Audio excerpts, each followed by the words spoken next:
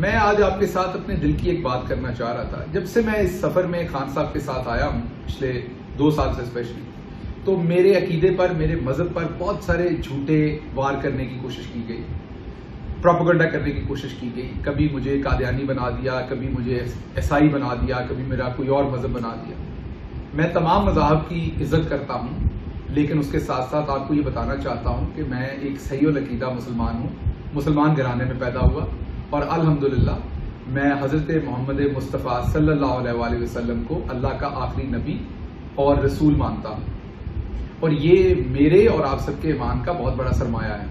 جب کوئی اس کے اوپر جھوٹا حملہ کرتا ہے تو دکھ بھی ہوتا ہے، تکلیف بھی ہوتی ہے، اور ساتھ ساتھ سمجھ نہیں آتی کہ کس طرح کے لوگ ہیں.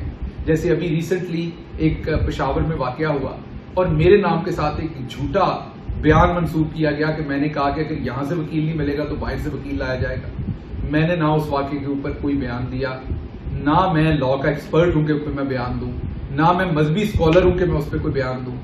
تو میرے نام کے ساتھ ایک جھوٹا بیان جوڑ کر جو ہے وہ چلایا گیا. اور یہ مسلم لیگ نون کے بہت سارے لوگ ہیں جو آئیڈینٹیفائی بھی ہو چکے ہیں، ان کے عہدے داران ہیں، تحصیل لیول کے عہدے داران ہیں جو آئیڈینٹیفائی ہو چکے ہیں. ان کے خلاف میں نے مقدمے کے لیے بھی FIA سے رجوع کر لیا ہے. آپ کو میں یہ بتانا چاہ رہا تھا کہ ایسے تمام لوگوں کو میرا میسج ہے کہ آپ اس سے کچھ نہیں کر سکیں گے.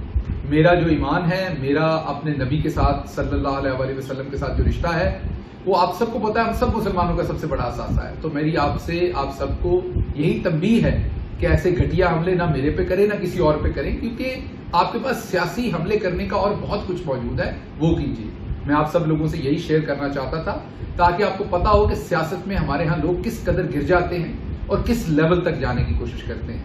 اللہ آپ کی اور ہم سب کی مدد کرے اور ہمیں سچا عاشق رسول بننے کی توفیق بھی دے جتنے ہم مسلمان ہیں، اور دوسرے مذاہب کی بھی عزت کرنے کی ہمیں اللہ توفیق دے. آپ سب کا بہت شکریہ. پاکستان زندہ باد.